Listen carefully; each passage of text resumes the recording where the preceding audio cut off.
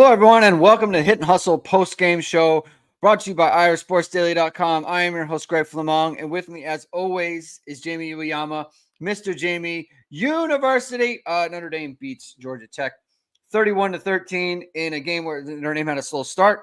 Went down 7-0 to Georgia Tech. Riley Leonard threw a bad interception that stalled or that ended a pretty good drive that they had going. Once Notre Dame got their feet under them, took a 21-7 lead, and then just kind of hung in there, Jamie. We talked about it before we started. They looked like world beaters for 3 drives there, and then it just kind of settled down. We'll talk about why that is and what we saw. The defense, interesting game from the defense, to be honest with you. We'll talk about that too. Interesting, but Notre Dame moves on. They're 6-1 now, and they've got the undefeated Navy midshipmen next week. So we'll talk about that too. So thank you everyone for tuning in today. If you like what you hear, please hit the like button. Please hit subscribe. Please hit the notification bell so whatever it is, we are going to go live. Links to the podcast are in the description below. As always, the show is brought to you by ESQ Clothing. With holiday season fast approaching, ESQ has got you covered for all your parties and gifting. It's founded by Notre Dame alum Ge Wang. You've seen ESQ and all your favorite Notre Dame players and coaches. With over a decade of making the best custom clothing available, ESQ will help you look and feel your best, from a perfect fitting suit or sport coat, shirt, or bomber jacket, or the perfect tuxedo for galas and holiday events. Check out Ge's amazing work at esqclothing.com and book an appointment to upgrade your wardrobe today. Mention ISD and get 10% off your entire purchase. Give yourself and your loved ones the gift of style. Jamie, I just want to alert the people. Notre Dame's got a 62% chance of reaching the playoffs, after this victory, right? So if you were wondering, if any Notre Dame fans were wondering where Notre Dame stood as far as ESPN and the chances that they make the playoffs after this victory, 62%. No, I believe it's 63. I believe Oh, was it 63? Oh, yeah, my I think goodness. I saw it about 400 times during the telecast. So Yeah. Let me just that was ridiculous. That was so stupid. Let me just put this up here. All right, we got breaking news. Notre Dame 63. Was it 63? Did I get it wrong? I thought it was 63, but whatever it is, we'll just put it up there. Let's be honest. If they had lost, it's down to 20%. So yeah, that was the other thing I learned. So it would have been in the 20s. That would have been bad for Notre Dame. So, God, that was really annoying. You didn't like that? That was really stupid. That was dominated the entire game. Yeah, let me switch. I felt bad because I thought Louis Riddick is great on the call. First of all, Louis Riddick, man, what a delight, man. This is one. There was a guy on IC's message board who was like complaining. People just love to complain, Greg. Love to complain. That's a true fact. I can confirm that. Love to complain. Someone complaining about people complaining about Jason Garrett. We shouldn't be complaining about Jason Garrett because we have other things to complain about. Yeah. You know what? No, Jason Garrett is not good at his job. Louis Riddick is good at his job. Yeah. There are a bunch of guys that are better that NBC could hire. So it's not that hard to get somebody better than Jason Garrett. So I you know what? And Louis Riddick only calls the Notre Dame team once. He knows the personnel. He knows the team. Yeah. He knows guys that are like barely have played this year, whatever, have done this thing. He knows that. Like, I appreciate when someone actually does their homework and they're good at their job and can explain stuff too. And like right away, they're just showing like clips and he's noticing stuff. And obviously there's whoever's the spotter is a big part of that too. So shout out to whoever the spotter is. But just like right away, the fact that they're pointing out like, Howard Cross wins with like this quick arm over and stuff. Like, that's the kind of stuff that never even gets mentioned in an NBC broadcast of anything, right? Or, the way that X Watts played it on that pick, like that, just they don't even do anything there. It's just like it's the same stuff over and over again. So I mean, I appreciate when you get taking out the 60% or whatever playoff chances, get that out of here. you want to do it like once a quarter. Hey, okay, fine. But like they did it like literally for the last 3 quarters of the game. That was horrible. Breaking news: Notre Dame does not play in a conference, so that's another thing that's breaking across the wire here. So I just want to take that to the to the chat. It's actually 63. I checked it. I changed that. So all right, let's get into the game, Jamie. We've had enough fun with the broadcast and all their little graphics and everything. Let's get to the game. Listen, a slow start. Everyone's kind of talking about that. How Notre Dame, started out. The first possession, to be honest with you, I thought that was just like and this isn't like a criticism. It's a calling the wrong plays situation. You have, I think there's a lot of plays that Notre Dame can run on 3rd and 2 that'll achieve the first down. They chose one that they didn't really execute. That's just kind of like I don't want to say it's a play calling failure because, I mean, Mike Denbrock obviously thinks the play will work, but it doesn't. You can only choose one. The next drive, Notre Dame gets the ball. And they're moving the ball just fine. They throw a post route to Bo Collins. Now, listen, people are mad at me on the Twitter machine because I said it was a bad route by Bo Collins. It absolutely was. You can't quit. You can't quit on a post route. You can't do it. Should he throw the ball tomorrow in film or whenever they watch film, they're going to say, Riley, you have cover 3 with a post route. The safety is over the top. You have a corner on the other side. Don't throw this ball, okay? But where he throws it, that's where Bo Collins should be. It doesn't have to end in an interception, okay? Yeah. I want to be very clear about this, okay? He shouldn't throw the ball, all right? I got it. I understand. It was a bad throw, bad decision, yep. Bad decision to throw it. Bo Collins, you quit on the play and you hung your quarterback out to dry. You can't do that, all right? Can't have it. Beyond that, and then Georgia Tech goes down and scores. Jamie, I know you're one of these. You're very level-headed, right? You're chill with these things. Where did you come out on the slow start that Notre Dame had to start this game? I mean, I thought, yeah, same thing with you in terms of that, like first, 3rd and short call. Like, yeah. I just thought it was something like, not the greatest call in that situation, and then I thought that.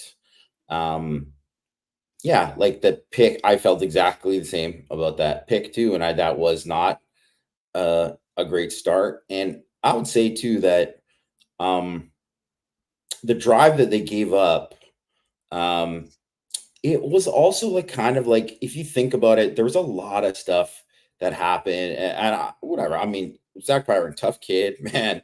Yeah. Tough kid. He hung in there. He made some good throws, especially early on in the game too. But they had a lot of kind of luck on some of these kind of ones too, where it was like, the ball gets tipped. I mean, it was a good catch after the ball gets tipped, right? At the line by Howard Cross. But it's like, it ends up being like a 13-yard gain. There was just a couple of those kind of things that like happened. Yeah. That I was just like, and even stuff like, normally things like something like the 3rd downs were like Notre Dame is usually getting off the field on those ones, but there was just like little breakdowns. And I wonder about like how much some of that stuff is like, that is like Leonard Moore being in there for the first time. And they're just like getting stuff figured out and that, and maybe you're not calling it exactly how you would call it early on. And then even if you look at some of the things too, where like, they get the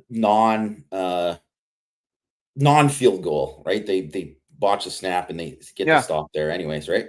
But Christian Gray, drops the pick in the end zone. Like, he could have had that. He could have had that, right? Like, absolutely. And then like Jordan Clark drops like a pick 6. There's a lot of like Georgia Tech kind of got really like lucky on some of these things that kind of happened for them over the course of the game. But I just thought like there's a lot of that stuff where it was like, I just kind of felt like things were kind of rolling Georgia Tech's way offensively on that first drive. That kind of helped them out. But man, I thought obviously that drive right after that, I mean, the response from there from the offense, I thought Mike Denbrock and Leonard, both of them were just like Yeah. totally in sync.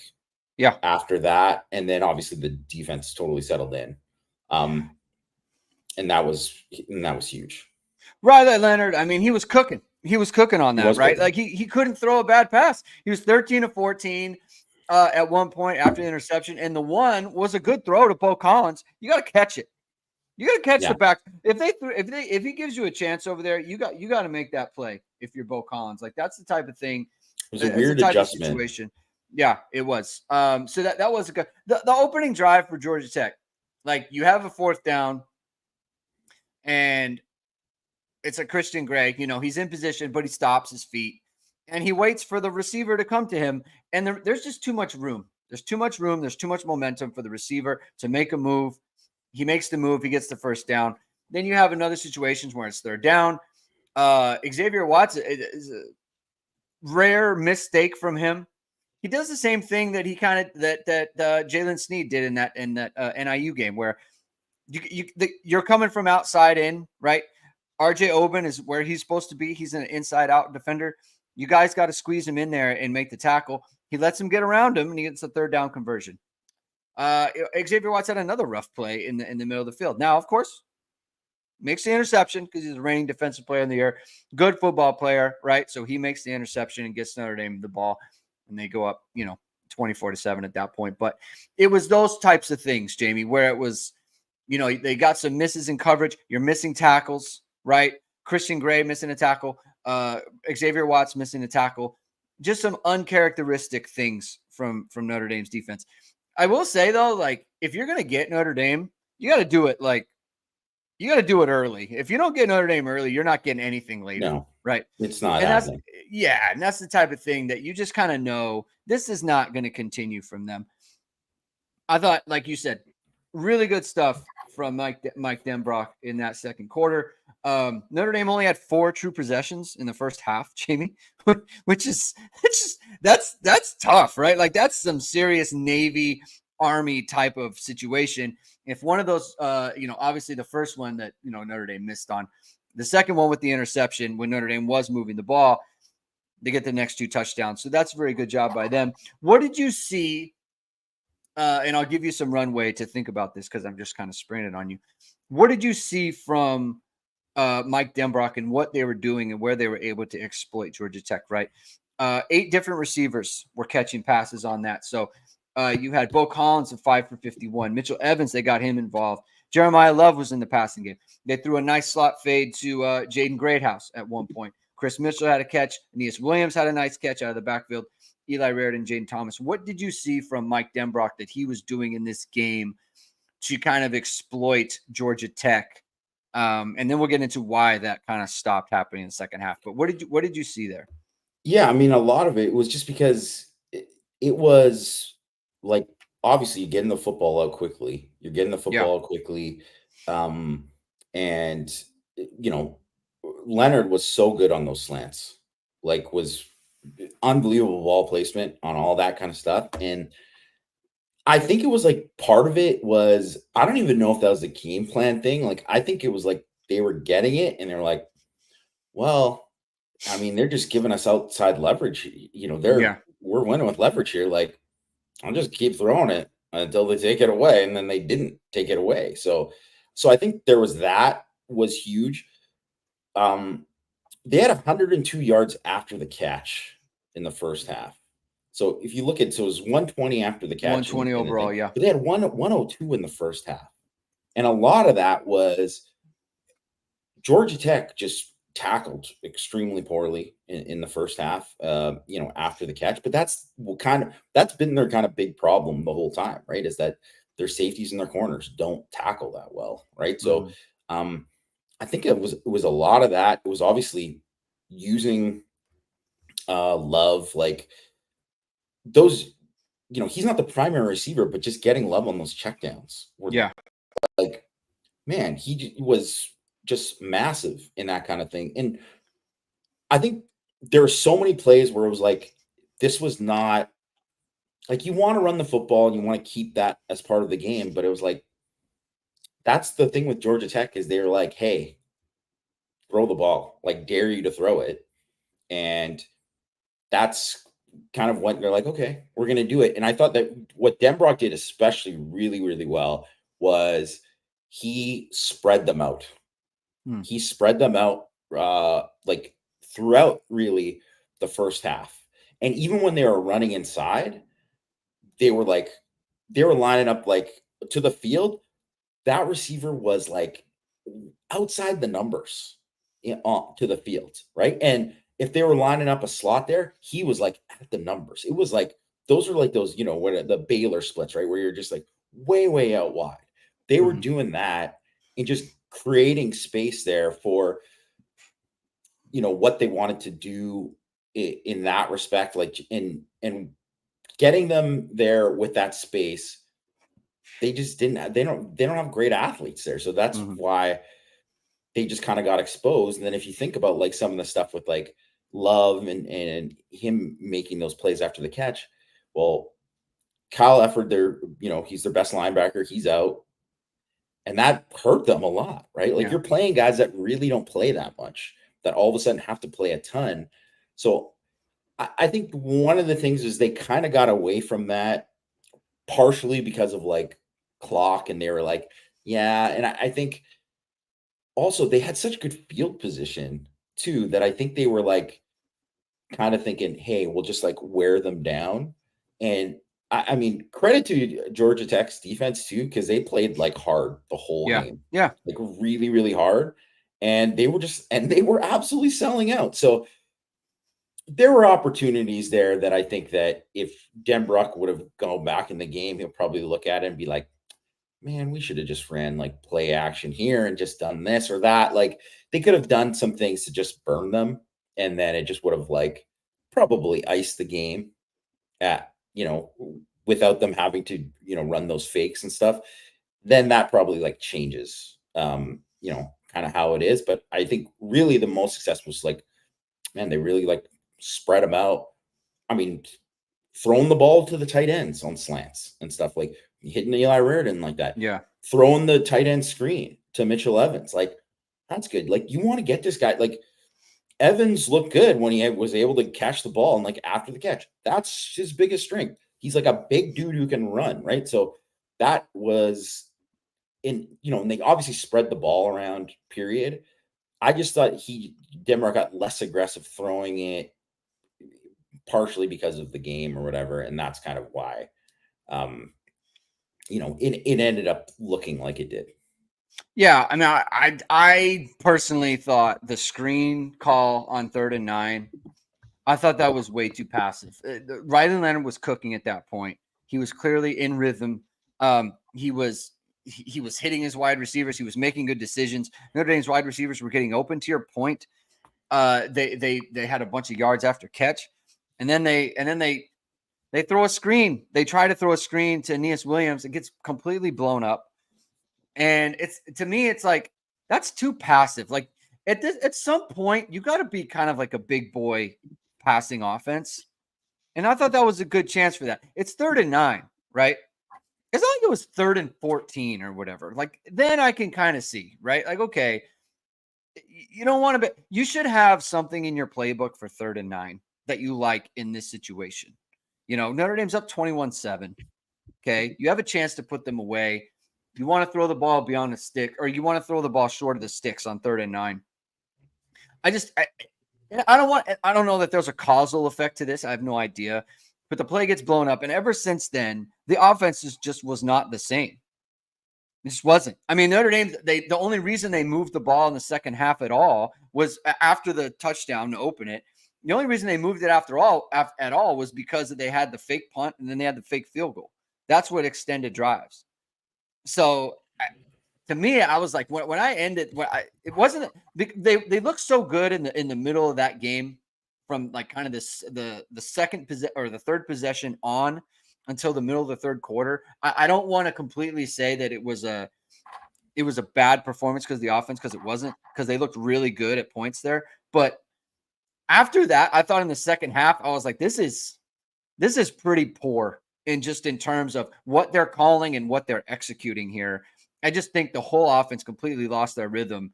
And it was unfortunate because I felt like they really had a chance to, there were some comments in the chat. They really had a chance to put Georgia Tech away. They didn't do that.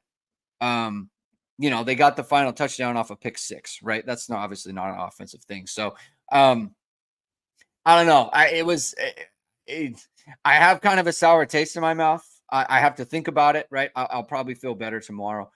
I don't know how much of this is player error or how much of this is just like you said, Denbrock, kind of taking a step back there. Well, okay, I want to point out one thing though, because I don't think that I actually didn't mind that they called the screen there, because that's what they do is they pressure on third down, right? Yeah. And that's and like, so you're trying to hit them with something, and I get it, like what you're trying to do there. I thought that if you're gonna get on Denbrock, I would say, yeah, I didn't hate it, is what I'll say. I didn't hate that call.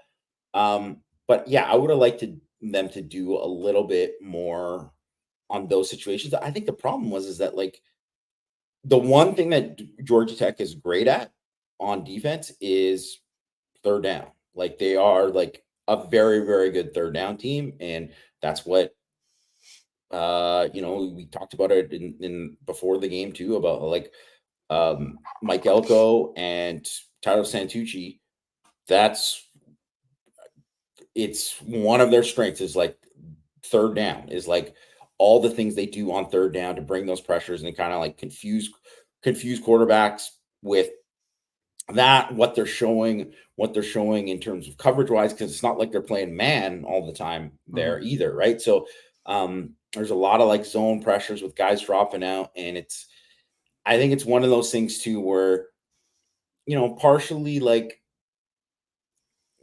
I bet if we saw like all 22 of it, we'd be like, maybe Leonard could have thrown it here or there or something like that. But it was like, he also didn't want to pick, like, you mean after that, like on some of these after that, like, because the bad drives, because I think there was a lot of like, don't like how Riddick said during the game, like, they're telling Ryan Leonard, don't let them back in the game. Like, don't throw a pick here. So I think there's some of that there,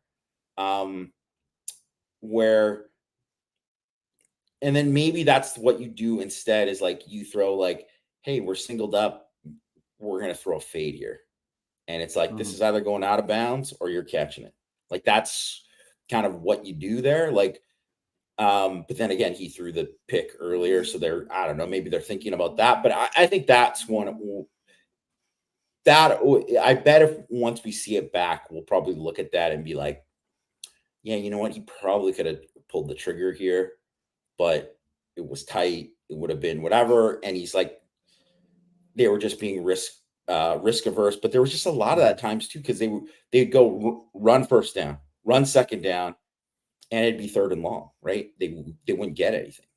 So I would say maybe oh, sorry, go ahead. Go ahead. No, go ahead. I didn't know I was going to say, like, maybe they could have done some stuff where they were doing some of those like little like pop, the pop jet pass, jet sweep stuff to Harrison or something like that, just to kind of change it up from getting so funneled inside. And then maybe they just hit something where you just get like 6 yards on 2nd and 9. And then all of a sudden it's 3 and 3. It changes how you can call it. What'd you think of that fake punt? I'll tell you, that obviously it worked, so that's good. Yeah, I know. One of the slow developing. I would say I've never seen a slow developing fake punt like that before. Yeah, that was something, especially timing, because listen, you're on your other side of the 50. It's not like, and it also was 4th and 9 or 4th and 8, whatever it was. So it wasn't.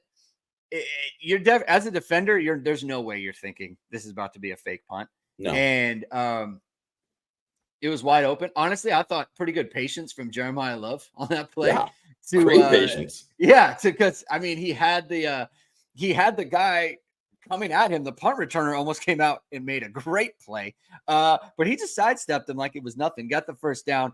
I mean, look, you got to give credit, right? Like, it's been a very up and down year for Marty Biaggi this year. I think he takes a lot of heat for like some of the kicking stuff that's going on, the punter, obviously. He, the bad snaps. He's got some blocked field goals. Some of that is like, how much do you put on the actual special teams coach? You call a play like that, you design a play like that. Like that's better work. Full credit, right? Better work, but full credit. I mean, full credit. Yeah. Oh yeah. That is absolutely like believing in your guys to do the thing because, and you run it with Jeremiah Love. Yeah. And they had him out there. And the thing is they had him on punt coverage. I think they've had him on punt coverage. They've had him out the whole year. But that's why you do it, right? Because when you have him out there, it doesn't look weird. And look, it's great execution. You get Tyler Buckner in on the fake field. I'm gonna be honest. That should be illegal, to be honest. You have two players with the same number, and one's a holder and one is Tyler Buckner. I just think that should absolutely be illegal. You shouldn't be able to do that. Like, I understand. Like, I feel like if you have a multiple number player like that, they both can't play offense, or they both can't. You know what I'm saying?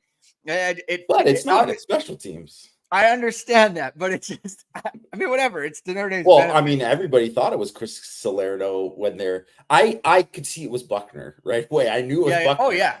And no shots at Chris Salerno, but I was like, yeah, of course you can run that. Buckner would be who they run it with. I actually, I mean, they did it when they're doing it, and it worked again, right? So, yeah. But that one, I was like, they probably should have kept that one in the back pocket and just went for the field goal there or something. Like, I didn't think that they needed to use that one too. I don't think you needed two fakes at the end there. So, but I mean, yeah, credit where credit's due. Like, hey, you called it. Those are both good calls, and they worked. So, I mean, it takes a lot to call those in those moments, and obviously too, like, that's not something like, credit to Marty Biaggi, but it's Marcus Freeman, because he's not calling that. Marcus Freeman's like, what? We're renovating. No, he knows what the heck's going on. He's the one who's saying, hey, this is the time. Like, Marcus Freeman is the one who makes the ultimate decision, right? Yes. Marty Biaggi's probably been asking for this like every game. He's probably like, he probably stopped asking Marcus, like, hey, you want to run it? Yeah. Like, he probably stopped doing that. And then Marcus probably was like, hey, if we don't get it here, we're going to run it. Like, that's how it probably went down. Yeah. Great game from Jadarian Price in this one. They got some explosives from him, which is very good. I'm kind of surprised he didn't score on at least one of them, just because he's usually good at breaking that last tackle. Yeah. And getting those feet up. So I'm surprised he didn't go the distance on one of them, but that was very good to see from Jadarian Price. Riley Leonard ran the ball well. Again, it tickles me when people complain about the lack of passing touchdowns. Like, he's literally running for, he's going to run for 18, 19 touchdowns this year. It truly does not matter whether he runs for them or throws for them. Points are points. They threw it all the way down too. Who cares? Right. You're scoring in the red zone. Yeah. Notre Dame, that's the one thing you could say about Notre Dame. They get in the red zone, they score. Like, that's like what they've done. Yeah, exactly. So the lack of the complaining about the lack of passing touchdowns is just kind of like, I don't understand that. He ran the ball well. Jeremiah Love didn't run it great, right? Only 2.6 per carry. He does get credit for receiving yards on the receiving yards. It's receiving yards because they passed it. It was a flip pass to Jaden Harrison. And because that was a pass, then all the yards after that have to be receiving. So that's why he gets receiving yards for that. So it's 93 total yards for Jeremiah Love and a touchdown. It's a good job by Jeremiah Love to or by the coaches to get Jeremiah Love the one, right? They give him a little touchdown on the 1 yard. So so that's a good job there. Jamie, what'd you think of Leonard Moore? First game as the starter for Ben Morrison. And what'd you think there? I thought he played great. I thought he played great. Not surprised at all that he tackled well when he got a Yes, chance to. he's been a good tackler all year. He's been a good tackler. Obviously too, I thought too, like that's another reason why having Riddick on the call was great, because he talked about what a great job of like knowing that, okay, I'm playing this, and then I'm like, oh no, I got out of phase, getting back into phase, and then turning his head around to get that. And just that kind of thing too is so like way above what a freshman would normally have. Normally it's like, I'm out of phase, I'm running through this guy to make sure he doesn't catch it, and we're taking 15. Or you're complete panic. Yeah, it's just a panic situation. Total panic. Yeah. Right. So I thought he did great. Like, I mean, considering, right? Like, I don't think it was a game that if you looked at it and like Ben Morrison played that same game, you'd be like, hey man, another great game from BMO. Yeah. That's how you would have looked at it. And I mean, I think when that happens, like that's kind of all you can ask for, really. Like, especially for a guy when it's like this situation, right? When you're coming into it. So, I thought he played really, really well. I mean, and you look at it too, right? Like he obviously got the tackle for losses off the it's the field goal. Yeah. I mean, still, but he made the play, so good for him. And get a couple pass breakups too. I will say too, like they didn't give Christian Gray the credit for the pass breakup on the on the missed interception. Pick. Yeah, what is that? Come on, it is a breakup. Scorekeeper. I mean, it's a pass breakup. It's definitely It's a pass breakup. How do you? He got his hands on it, and the ball was incomplete. Yeah. That's exactly how that works. 7 total tackles for Leonard Moore. 5 solo, 1 tackle for loss, 2 pass breakups. Yeah, like and I think the breakups are a big deal because like it's hard to do that. It's hard to get your hands on the ball. It's hard to break up passes and have the ball skills to, play that as a freshman. And I talked about it. We've talked about it all year with him, that they've been able, he's not making the mistakes that you would expect from a guy who is talented but not ready. Like he is the rare combination of someone who is talented but also ready to do the little things that you talked about, right? They're running a go ball, you get out of phase, but then you go back in phase, and then you get your head turned around for a second time and you break it up. Like that's just rare. Like that's just not a thing that happens. You jump the short route because they have to go short on 3rd and 2 or whatever it was, and he jumps it, or 3rd and 4, and he doesn't play. He's playing off, but he doesn't. He knows this time and situation. Again, very rare for a young player, and that is just kind of one of those things. It's funny in the preseason, Ben Morrison says he's going to be better than me. He's going to be better than me, and I think to myself, maybe don't say that, right? Like maybe don't. He's showing the things that you understand why someone would say that, even if it doesn't kind of ultimately end up he's as good as Ben Morrison, but you see why someone would say it because of all the little things that he is doing. Look, obviously Ben Morrison knows greatness when he sees it. And I think we know greatness when we see it. When we look at a media company like VSR Media, Jamie, you look at that. They do all like Leonard Moore. They do all the little things. They step in there. All the needs that you have, they will meet them for you. Multifaceted. That's Leonard Moore. That is VSR Media, founded by Notre Dame Football pregame host and Emmy award-winning anchor Vahid Sadrazadeh.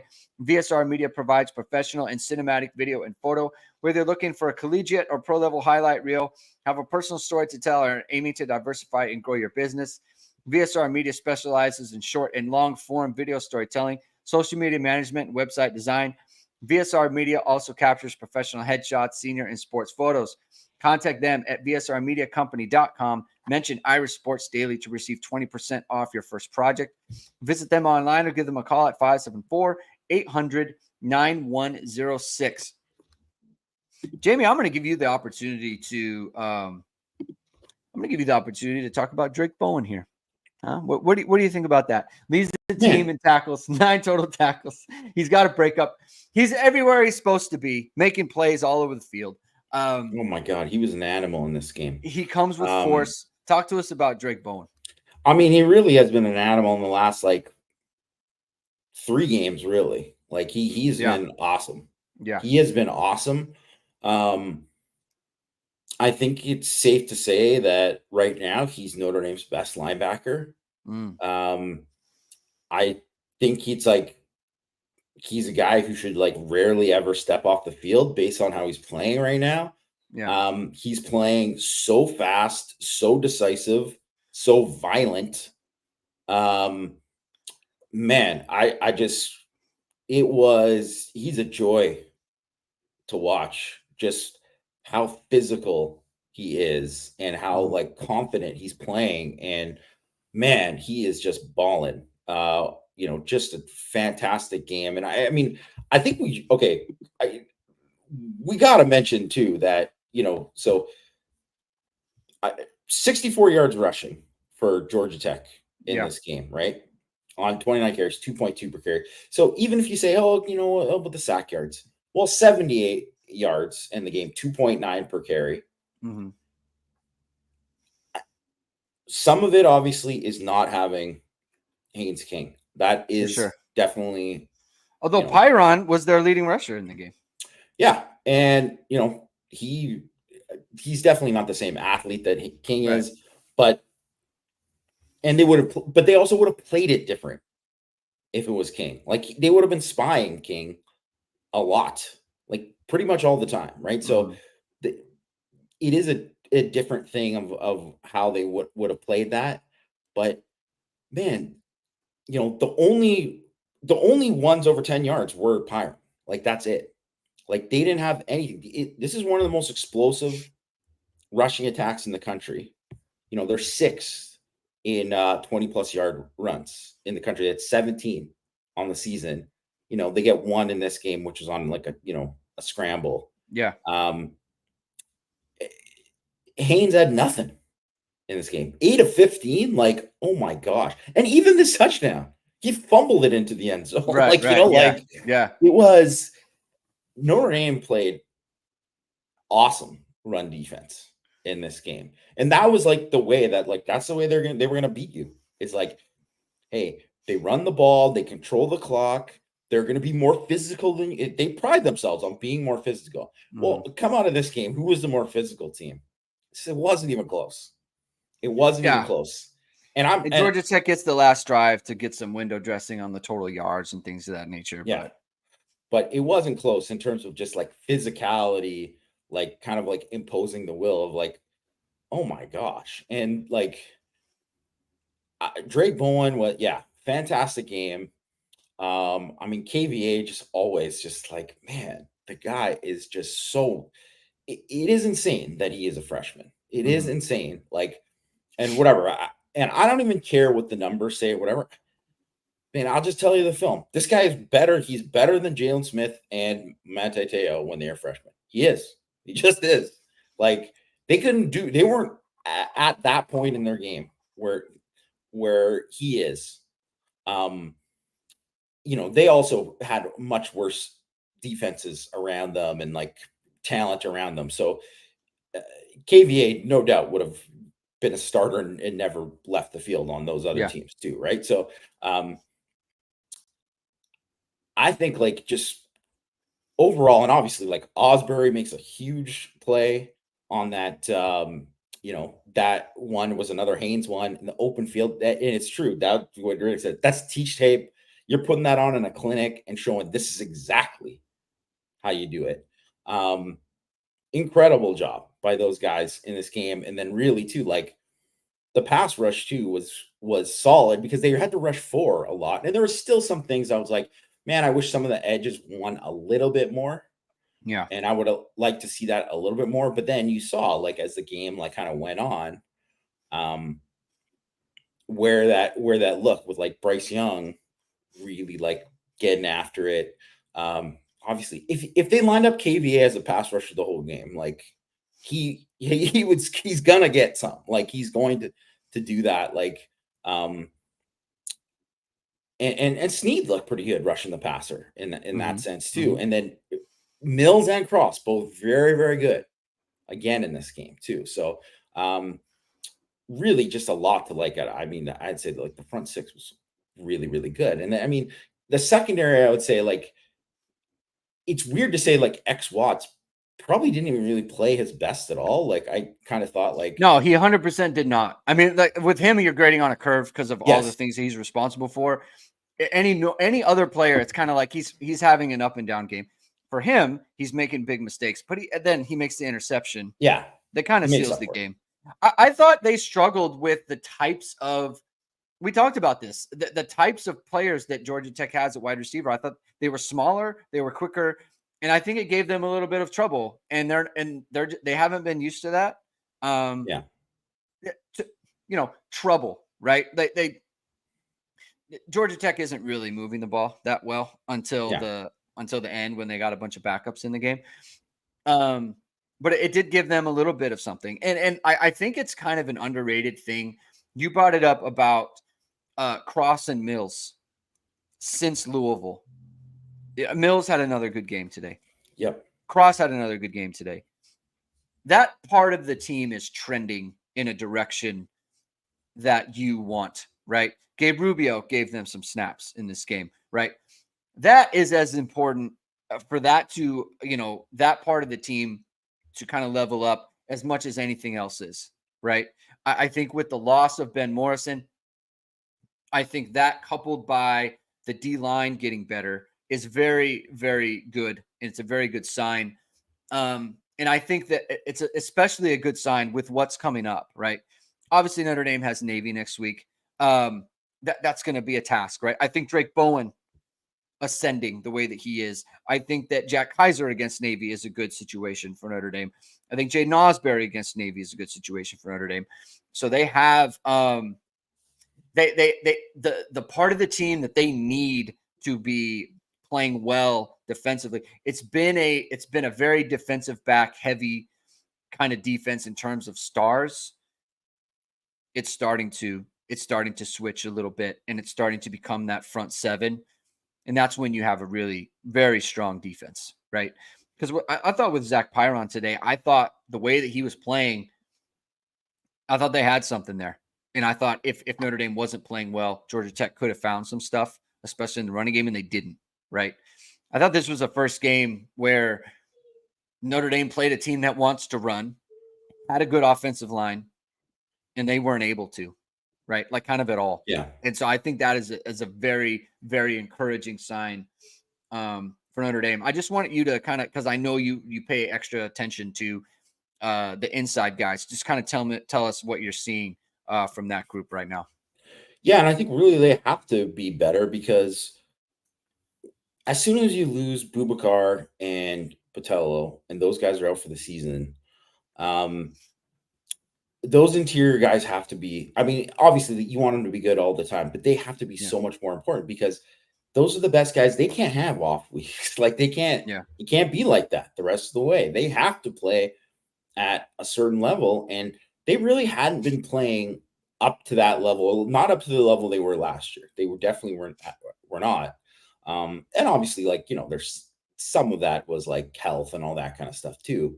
But you can just see it. Like they just were and it's like a every down thing. You see it every down, really, with those guys, where they're just so much better. And I think that has really kind of made a significant difference. And you're seeing like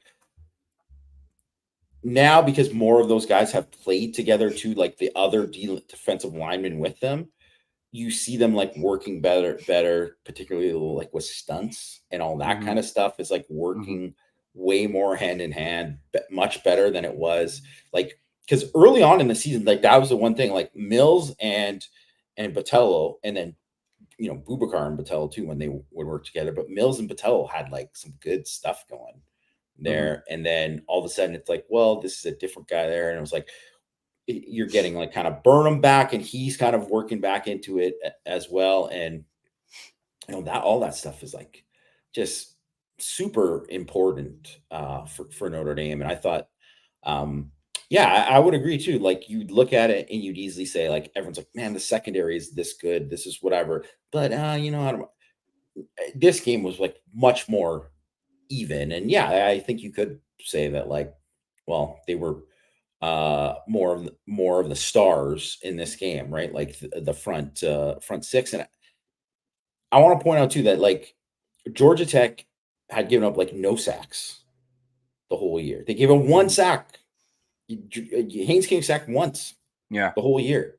So you get a couple in this, and man, Pyron got hit like a ton. And even on, like, the one like where KVA had him like going down, like that's like, those are like, I know it doesn't count as a sack, but it's like, man, like, easily that could have been. And there was obviously a bunch of other plays too, like we mentioned, like Clark could have had that pick six.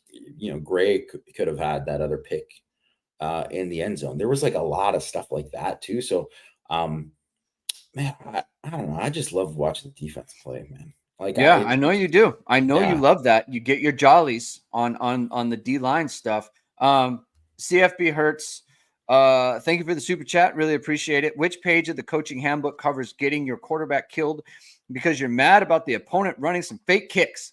Asking for a friend. Listen, look, if you're Zach Pyron, to me, it's like, look at I who knows how long Haynes King is going to be out for. I assume it's not going to be like super long term. He came back, play him, right? You can make that case. You did get him. He did get beat up quite a bit in there, and at the end, he was for no hurt, reason at all. and then you were like, yeah, he was hurt. And he was trying to run off, and you're like, no, stay in the game. Like, I don't know. Yeah, you just could have. You could have. There's multiple ways to look at this, in my opinion. I don't have any problem with them being like, hey, they're gonna do this. Like, well, guess what? Like, yeah, we're gonna keep our starters in. We're still gonna try to score. No problem with that at all. But the context of like, hey, you're Haynes King. I don't know if he's gonna be back. Maybe he's back and it's totally fine. Still, you just lost him. You can't. And this is your only other. This is your only other guy. So why would you just get this guy just getting destroyed? Like, his arms hanging. It's the same thing. Yes. It just seems irresponsible a little bit. Simex Kev says, speaking of stunts, how do you call delay of game for a D-line shift? So here's my question, right? First of all, it was kind of early in when they were setting up. Here's what I don't get. How come the offense can try to draw the defense, but the opposite? Why is it incongruous? I don't understand that. Like, how do you call a shift? How do you call your line? What are you supposed to do? Why does the defense have to acquiesce to the offense in this case? But the offense can, do the little clapping, and then like, oh, we clap, and then you send a guy in motion to simulate, oh, he's going to start the play. I don't understand why one's legal and one isn't. As a former defender, makes no sense. I think that's Bush League. So this is that was a stupid call. You never see that. You never see that call where it's actually them.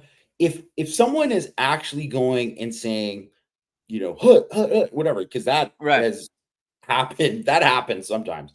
If they were doing that, yeah, that's a call. Call them. Yeah, totally. Yeah.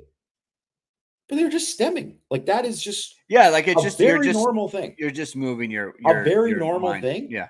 And by the way, every team does it.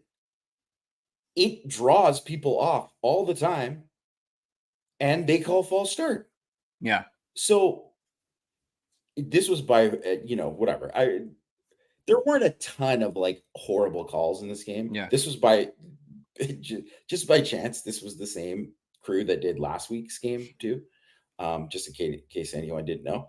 But so they weren't like, it wasn't horrendous, this game compared to other games. I didn't see anything that I was like, man, this was so bad, whatever, right? But but that was bad. That was definitely bad. Yeah, we got breaking news. Notre Dame with 63% chance of making the playoffs. Just wanted to reiterate that. It might be different now that Bama's lost, right? We'll have to Maybe. monitor. We'll monitor the Texas Georgia game. Hopefully, we'll get some updated odds on that. More news that's breaking: Notre Dame does not play in the conference, and that affects their pass to the playoffs as well. So we're gonna have to keep an eye on that sort of thing, Jamie, because it's important to keep reiterating that over and over again. Yeah, it was Coach Hump. It's up from 63% just an hour ago. So we're just going to keep an eye on it. We'll monitor. All right, let's see. We had a couple other comments here. What do you think? What do you think about the game next week with Navy, Jamie? Where's your mind at with that? My mind is at that. Like, man, it is going to be a very difficult game because the thing is that they throw the ball so much better than they've had it in years. Yeah. And that is a huge thing for them. It makes them way tougher to defend. I'm not saying that, Notre Dame won't do a great job in that game because they probably will, but I don't think, that it's certainly going to be much more difficult, I would say, since even probably since the Keenan Reynolds days. That's kind of where their offense is at right now in terms of that's how good they've been. Again, they ain't played nobody. That is a real thing. They have not played anybody. Yes. Yeah. So they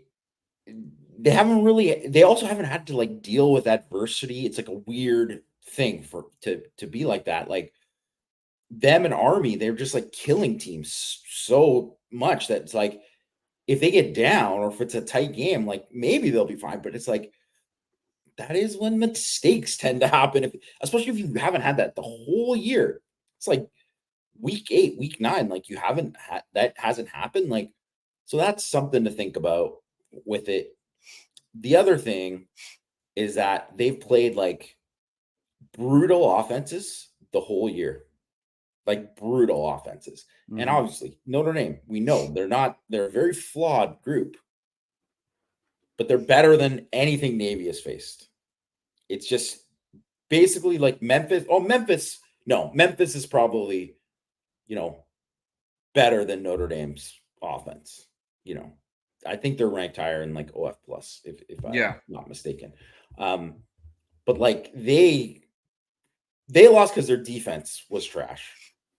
Memphis, not because their offense had big plays at will in that game. They scored 44 and they just couldn't get any stops.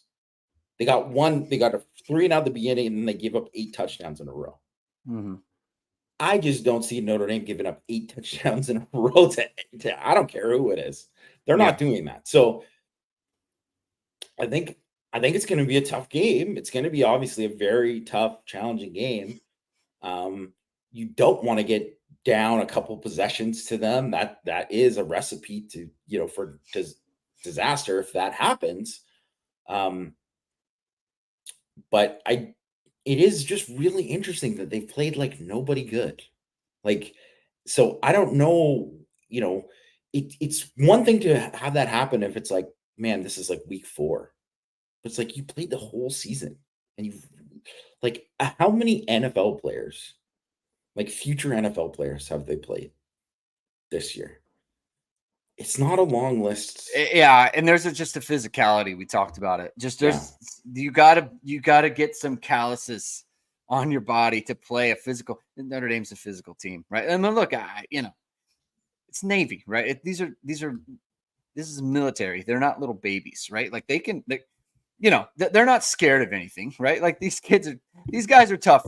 They're tough players, but there is you got to get used to it. You got to get used to the level of speed and the competition, and they haven't yet, right? I don't recall, like you said, even the 2019, the Keenan Reynolds era, or that was 2015, excuse me. But in 2019 with Malcolm Perry, they were really good then. I don't think I've ever seen a Navy team that was just oh yeah, they have 60 points again, right? On and on and on. Same thing with Army. It's unbelievable. CFP Hurts, another super chat. Thank you very much. USC and Michigan go down again. Please speak to the gloriousness of this day. They have again. Both teams on the same day have gone down. Michigan's a bad football team. And I'm glad people are going to finally be able to speak on this. They are not good. They don't have a good offense. Their defense is overrated. They're just not good. They're not a good football team. They run the ball well at times. The end. And USC, Jamie, it's again, they had to travel to Maryland today. Maryland is not good, by the way. Maryland is bad. They're not a good football team. They go 3-3. USC falls to 3-4. They still have Washington. They still have Nebraska. Obviously, they still have Notre Dame. I just, it's hard to see. When you lose to Maryland, it's all in play. You can lose to anybody. It's all in play. Yeah. And I mean, look, they almost beat Penn State last week. They did. And obviously Penn State, put them on fraud watch because I don't think Penn State's always on fraud watch. I don't think they've played anybody really because their best win is USC. So yeah, wait till Penn State actually plays somebody. But man,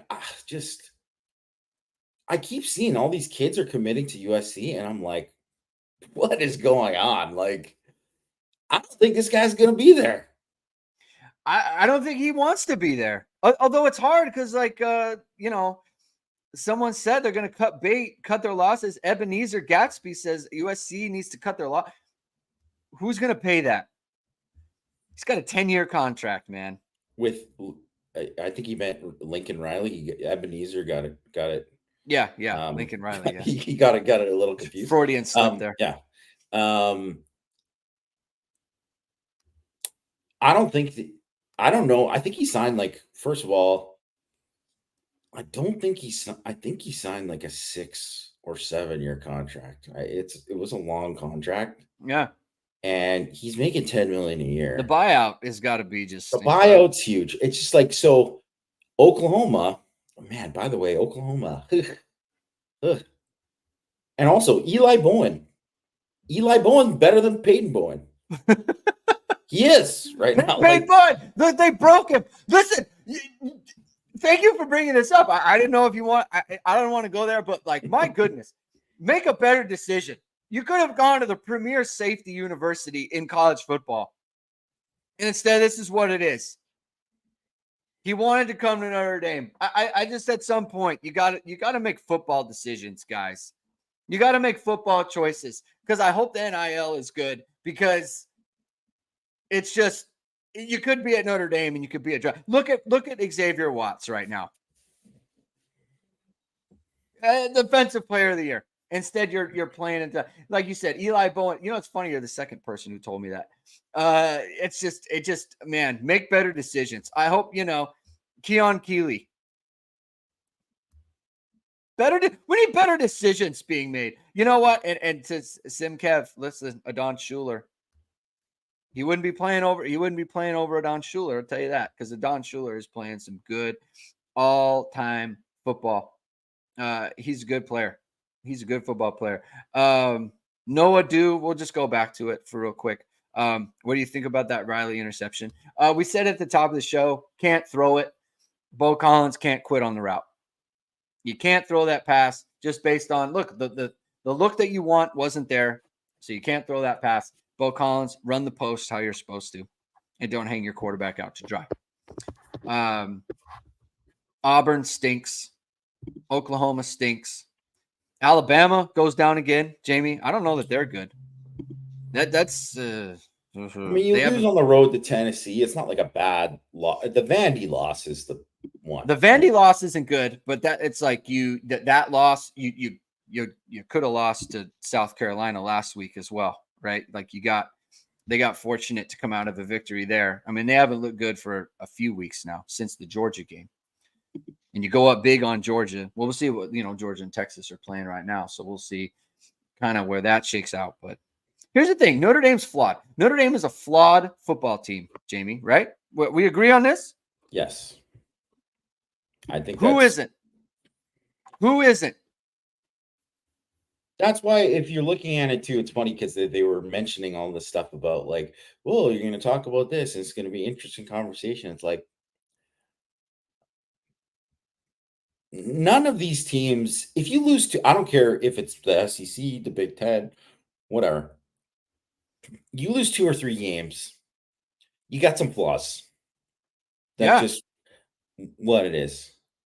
And I mean, you lose one, I mean, you can be undefeated and have flaws, but definitely you have flaws if you lost 2 or 3 games.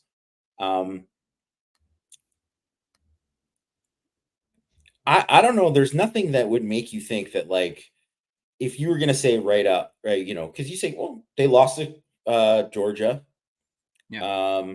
Well, Alabama, no, Alabama. So no, they beat Georgia. Excuse me. Sorry, forgot about that. But they, they beat Georgia. So you're like, wow, that's a really, that's it's a huge win, right? It's a huge win, even though the way they won was a little suspect. Just in terms of like letting them back into the game. But you lose to Vandy and you lose this game.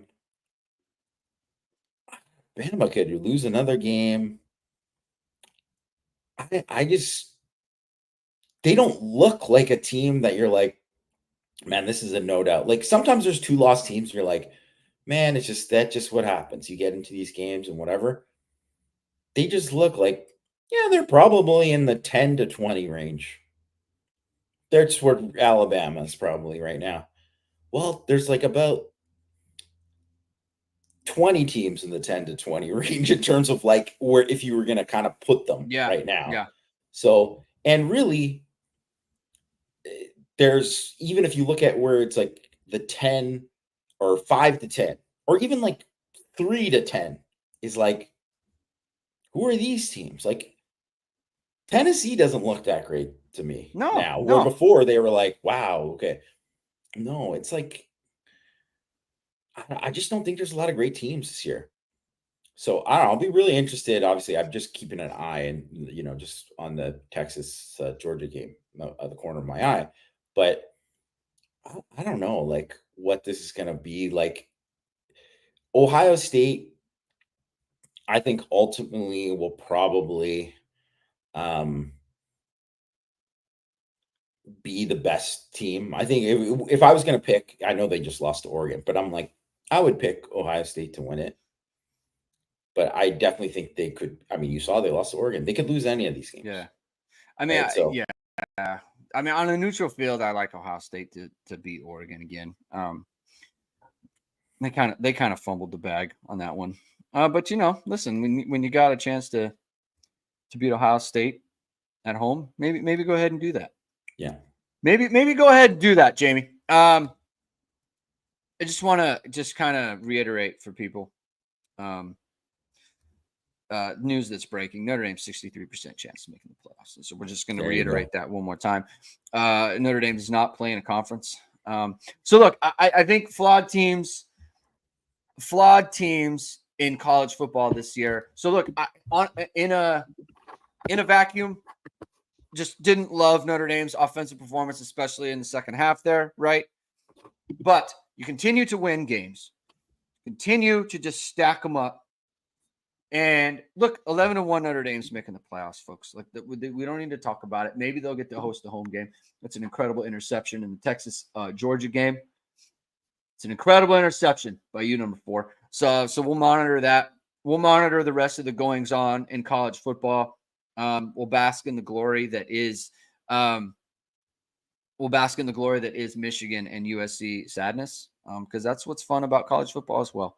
Is regaling in the sadness of your teams. Sid Irish is the score at 0-0. The Clemson looks good right now. They look like a real good football team, Jamie. They're doing the thing where it's like, hey, it doesn't matter if they start slow or they start slow. They're going to get up with 40-something points. So that's something to keep an eye on. So yeah, we'll leave it there. Thank you, everyone, for tuning in to the post-game show. If you like what you heard today, please hit the like button. Please hit subscribe. please hit the notification bell sooner than it is. We are going to go live. I'll be live tomorrow morning with the Morning After Recap show, as always. So I'll see you all there. Hope to see you all there. It's going to be a great, fun time. We'll analyze this entire day of college football. We'll talk more about this game. I'll watch it back. We'll look at some more stats. So have a good rest of your night. Enjoy this football game. Keep hitting and hustling.